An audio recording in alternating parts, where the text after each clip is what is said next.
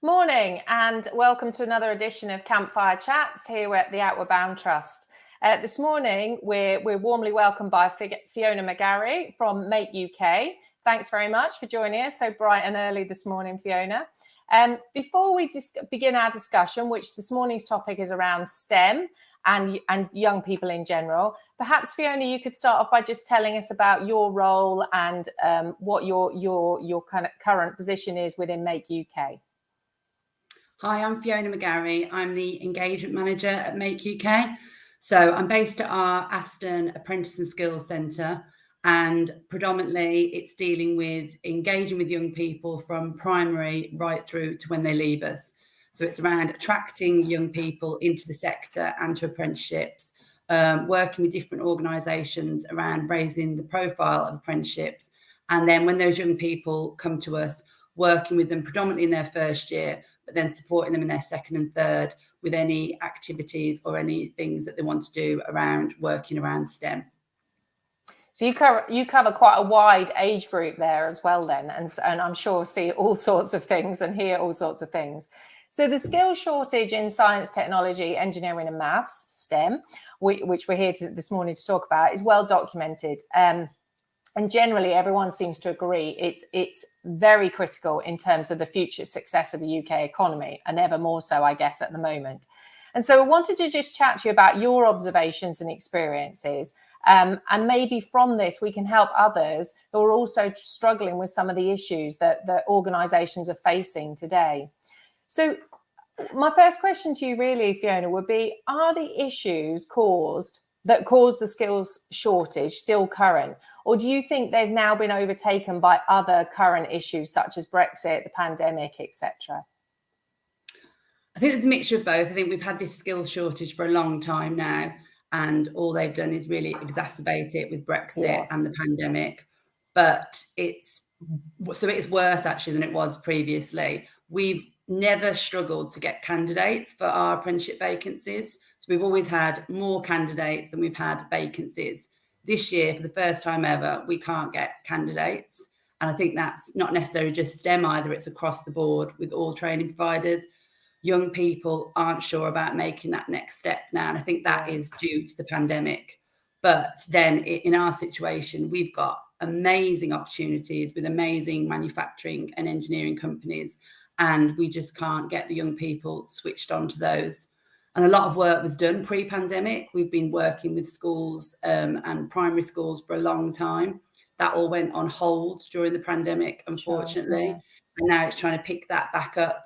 But I don't know, we've said that, young people perhaps just are unsure about committing to apprenticeship this year. But if they don't do it this year, there's going to be more competition next year. So we're trying to say, give it a go. And, this is a fantastic sector to get involved in. And I think when young people are aware and they have taster sessions and they come and see the centre and they see what's involved, they are switched on to it, but it's getting them switched on in the first place. There's a real issue with diversity. We can't attract females and BAME. So we've been working on that for years, but it's picking all that back up now. Yeah, and I think you're right. All the work that was done pre-pandemic, which really started to make traction and make headway with young people, has sort of just taken a backward dive, hasn't it? And so it's rebuilding all of that, which takes time, as you say. And do you observe or see some kind of national measures that have been put in place to help fix this shortage? I mean, obviously, you've talked about what you're doing at Make, but do you see any national measures that are helping you and supporting both young people and organisations? I think there's a lot of work going on with different organisations, but it needs more of a united front. So we recently did National Manufacturing Day. That was a Make initiative. And that was really helpful at getting manufacturing companies to open their doors to young people. But the problem with the majority of manufacturing and engineering companies, they're SMEs and they do not have the time in order to go out and do that continue. And it's continued work. And you can't just go in when they're in year 10 and 11. You need to be going in primary ideally, but that's not available to all. But at least when they're in year 7 and year 8 before they make those options, because often then they've ruled themselves out a lot of these careers. So it's a long game and an SME can't necessarily see the point in that, but there is, but it's very hard for them to do. So there are organisations out there supporting that work, but there needs to be more focus. We're working with the Design and Technology Association at the moment, because a lot of schools don't deliver design and technology. And we've seen there's a real impact on that with the young people that come to us. If they've done D&T, they've got a real understanding of what engineering is about. But unfortunately, it's falling by the wayside in a lot of schools, and more work needs to be done around ensuring young people build those basic skills. And is that improving, Fiona? Are schools engaging with it and wanting to take it on, or is it down to financial implications again for schools? Yeah, it's down to funding, and it's down to the marks that they get and the value of D&T. So it's not necessarily pushed as far as the other subjects are, but and then it's an expensive subject to teach as well in terms of facilities and everything. So but there's a lot of work being done around that and trying to encourage that and get more schools involved, and they're lobbying government, but it's a long game. Very much so. And in terms of apprenticeships more widely, how key do you think apprenticeships themselves are to increasing the UK's STEM skills? For me, I'm quite biased. I'm sure. There's a better route to get into engineering. So, people can go to university and just do a straightforward engineering degree, but coming through the apprenticeship route, they're getting those skills, they're getting the knowledge and that experience all at the same time. And often they're working their way up within companies. So we predominantly offer level 3 apprenticeships. So I'd say 76% of what we offer is level 3. And the introduction of the degree apprentice a few years ago has helped with the perception of apprenticeships. But then it's also, I think, hampered it slightly, because there was an article in the Times, I think in March, and parents still often see the apprenticeship as the lesser route. So it's the less academic route. And it's, if my child's not clever enough, they'll do an apprenticeship. And I think that is changing slowly, but they still thought an apprenticeship was great for somebody else's child, not their own.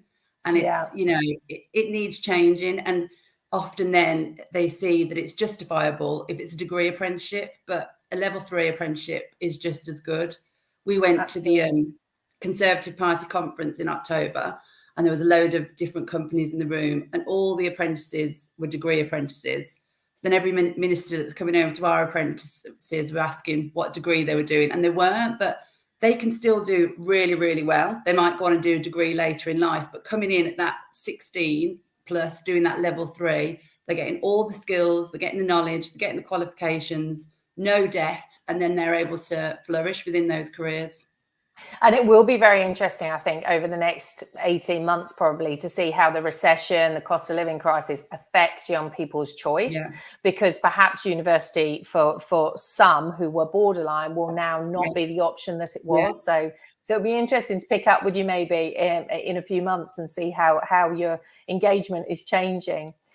You mentioned earlier, Fiona, about the struggles with diversity, and particularly females and BAME, etc. Do you think bridging the STEM gap and diversity have been closely linked? Is this something that you've been particularly focusing on then at Make, as you mentioned that? Yeah, well, I've been involved in manufacturing now for about 16 years. Previous to this, I was at Jaguar Land Rover, managing their education partnership centres. And they developed an initiative when I was there called Young Women in the Know. And we saw a massive impact on that. So we'd get girls into the factories for a week. We'd give them some female role models. They'd actually see what the reality is. And that significantly increased their numbers within their apprenticeship scheme. So when I left, it was at 52% females, which is just, unheard of. But it needs to be continued, and it got stopped. And that's the thing. So when I came to Make, that was one of my primary things. It's one of the things I'm most passionate about. So when I was at Jaguar Land Rover, it was 9% of engineers were female. Now, 10 years on, it's 13.5%. I mean, that's shocking it's grown, but it's still not grown significantly. And I think it is improving. And I think there's far more female role models out there now, because you can't be what you can't see. And a young person seeing somebody that looks like themselves doing a role will make them consider it more than anyone else talking about it. So we, unfortunately, our poor female apprentices get used an awful lot, and we have to get them out and about so that young people can see them. but we've also started working with local sports teams. So we sponsor. Okay, that's a good route to try. Yeah. Well, yeah. So what we've chosen male-dominated sports, and we sponsor the girls' teams within those male-dominated sports. So we sponsor a girls' football team, a girls' rugby team, a girls' cricket team, and a girls' basketball team. And it's about getting them to realise to not be stopped by their gender, that anything is possible to them. And so we work with those girls from 14 plus and just raise awareness with them about the sector and about the opportunities that are available to them. And are you beginning to see some results from that, Fiona? Yes, we are. And it's getting, and often it's just getting it out in the media and getting people discussing it as well. So, we've got some fantastic female role models that have been quite vocal, and they've been in quite a few different things. And it's just so young people like Aisha, she's a young Asian female, and particularly in that sector, we wouldn't have attracted many girls before. She's very vocal. She's very good at getting out there and just showing other young Asian females that this is a fantastic career for them.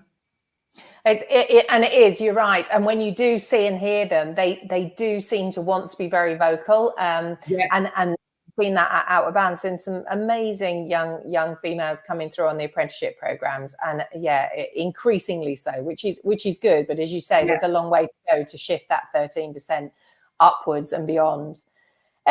Just thinking more widely about young people generally, we've talked about it, we've seen it, you probably have, about young people having missed out during the pandemic and how their life sort of was put on hold in many aspects. And as part of that, I think we're also hearing and potentially observing that young people are less work ready than they were pre-pandemic. Is this your experience? Is this something you're noticing? Are you seeing a difference in maturity levels in young people pre and post pandemic? Yes, definitely. We've seen, unfortunately, there's a real increase in mental health issues. We've had lots of more mental health issues with the young people that are coming through to us. Their understanding of work life isn't there.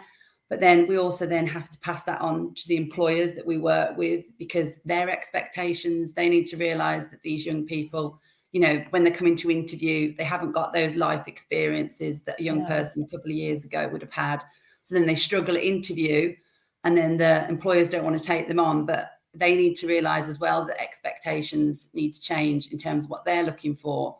I do think there is an immaturity when they come to us, but it's just understanding about life. There's a lot of that they're much further behind on. Also, they're not sat exams, so they often struggle with that then when they come through to us. And then I was talking to some of the providers, and they were saying that they find that their expectations are different because they think they're more entitled to some of the stuff because they've not had to go through that long process to get there with exams and all that. So it has created a bit of a monster, I think. And I think we're all having to try and unpick it and work out the best way forward. And do you think, sorry, Fiona. Right. No, other thing is parents don't necessarily want their young person to start an apprenticeship now as well. That's what we've found. Right. They've said they've had a difficult couple of years. Why don't they just have a year where they just work out what exactly it is they want to do, because they haven't had that preparation time, getting ready for it. And do you think employers are understanding that about changing their expectations? Do you think that's gradually coming through? Yeah, and some are fantastic and some really get it. And I think perhaps if you've got a young person of your own of a similar age, you've got more of an understanding. But others, it's taking more time to explain it to them. And I think this year seems to be more difficult than the previous years, because I suppose a lot of people have moved on and they're not thinking about COVID now, where it was really aware last year when we were going through this process. Yeah, that's so very true, isn't it? And the reality for young people entering your business right now, does it feel very different? Is the kind of day-to-day reality different to what it was 3 years ago, say? I think there's so many opportunities for them now. We've got amazing apprenticeship opportunities available for them. So if they do decide to make that choice and come, they've got some great opportunities. Everything's back to normal now in terms of our delivery and our model. So I think it's a great time to enter the sector, and there, is a real opportunity for them. which is fantastic to hear, isn't it? And that's the bit that we need to get those messages out to young people, and get them engaging in STEM careers. And in your early careers team that you work within, how do you work with your colleagues to try and make sure everybody is of that same understanding about how we need to change the way we work, set expectations, as you just described, to grow those STEM skills within the workforce? So we're doing lots in terms of trying to attract. So that's what our main thing is at the moment. So working with companies and getting them to, make young people aware of what's available within their sector. We've recently just done a grime video. So we wanted to get out to young people about how amazing manufacturing and engineering is. And we worked with a local marketing person, and he got a local grime artist to write a song about apprenticeships and engineering.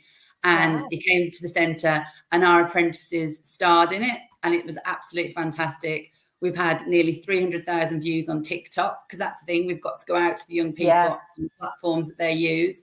And it's been really interesting. We thought the young people would love it, but perhaps the people within our sector wouldn't. But it's gone really well in terms of our, contemporaries. They think it's fantastic because we're actually going out to young people with something that they're interested in. And it's really increased, young people's awareness of what is available to them. So I just think everyone's just got to think outside the box these days and try and think of different ways of engaging.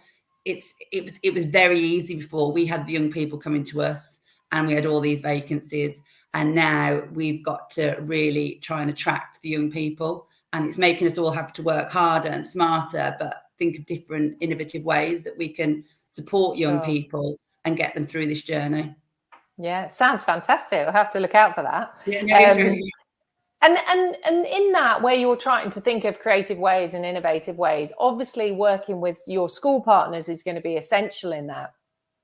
And have you seen a difference with them? Are they more open, or is it very similar to as it was pre-pandemic, or are they also encouraging you to think in different ways? Because clearly they'll be teaching and they'll be educating young people in a different way, I imagine, as well. They're wanting to do a lot of virtual events, but we've found that the virtual events just don't necessarily work with young people. We did a lot of virtual careers events, and the young people just, they switch off. We're very fortunate. We've got this amazing training centre. It's, cutting edge. And when young people come through that door and see that and see the apprentices at work, that's what inspires them. So unfortunately, over the last 12 months, schools have been more resistant to coming out, but I think that's to do with teacher cover and things like that. Cost again. That's why we've started doing more evening visits for scout groups and different other youth organisations. So hopefully then when they come into the centre, they then can go back to their different schools. We get our apprentices, so our first year apprentices, they're with us for nearly 9 months, and we have a learner voice with them, and they have different reps from their group. And then at the end of that, when they go into their second year, they can apply to become an ambassador. So we have around 15 ambassadors in the second year. And those young people go out to different events and different things. And so we use those ambassadors and our learner voice reps to go out to schools, and we try to match them to schools that they attended previously. So the young people can see somebody that's from their background, from their area, that has then gone on to do it. But yeah, it's about, how we can work around that. And I think that transition from education to work can be very daunting. And I think, as you said very, very much so earlier on, that the lack of skills, be them STEM skills or just basic, workplace skills are missing. So that transition period for young people between leaving school and starting an apprenticeship or starting university or work or whatever route they travel, I think as employers, we've had to think differently, and you have to deliver on that transition in a very different way. But I think also for schools, and maybe you've seen this or heard this, Fiona, but I think schools are thinking about that transition differently as well. So between the two routes, yourselves and the schools, that's really encouraging for young people to hear, isn't it? That there's so much happening. Yeah. And that's it. Everyone just wants them to be successful at the end of it. But I think the schools are trying to keep hold of them perhaps more this year, like just keep them on in their sixth forms, because they're realising they're perhaps not ready for that world of work. But then, yeah, we need them to also consider that at 16, an apprenticeship at level 3 is a fantastic route for them. Totally. And just one final question, Fiona, if I may. We've been asking all our campfire guests this question because I think it just gives people lots of ideas and hopefully will be a bit creative for people out there. If you could recommend 3 things for a young person to do between leaving education and starting on an early careers program, what would give them the best start? How can they support themselves to have the best start? What would those 3 things be? If you've got 3, if you've only got 1 or 2, that's fine. I think they need to, if they can get work experience, which is also really difficult to get these days, and I appreciate that. But if they can get some work experience in the sector they want to get involved in, or taster days, we do taster days. So I think having that experience for when they do go to an interview to say, I went to this and I saw them do this, and an understanding of that sector, I think is really important. And to not give up on those out of school activities that they've been involved in. So the things like scouts and football and going on outdoor adventures, they're really key when they get to interview because they can give them as an example. And we found that young people who have done those out of school activities tend to fare better because they've got those examples they can relate to, like when they've been canoeing or when they've overcome something or worked in a team. And often young people will just let those slip, but it's really important, you know, they're vital when they get to interview. And this isn't necessarily something in between, but when they do get into a sector, I think it's really important to give back and to ensure that when they are in that sector, they go back to their old schools and they work with other young people and let them see what they can be as well. So 2 before and then 1 when you're in your career, when you're established, it's really important to be that role model to other young people. Some great advice there, and hopefully some young people will be listening and take those words of wisdom away with them. And I think just on work experience, it'll be interesting to see how that does play out, because you're right, it is really challenging for young people to get work experience. And do you see that changing back or not? Or do you think that has had its day now and it's becoming too difficult? Well, with the T levels coming on board now, there is a massive sector of that has to be work experience. But then my concern then is that companies might focus on their T level students, and then other young people who aren't going down that route won't be able to get that work experience. So, you know, I think it is really important, but less and less companies seem to be doing it, unfortunately. And it's when that young person experiences it in that environment, even if it switches them off from that career, at least it's an informed decision. And that's all we want young people to do, is to consider everything, but make informed decisions, not just switch off from an outdated perception they've seen of what manufacturing or engineering could be. Experience it, see what it's really like. And if it's not for you, that's fine. But then it might switch you on to something you'd never considered. Yeah, and you're absolutely right. And most of it is perceptions. And if they could just get in and feel it and see it for themselves, then they would have a very different mindset, I'm sure. Well, look, Fiona, it's been lovely to talk to you this morning. It's been great to have you around the campfire. Please go off and enjoy your marshmallows that should be winging their way to you. And hopefully for everyone listening, you'll join in with the next edition of Campfire Chats very soon. Thank you, Fiona. Thank you.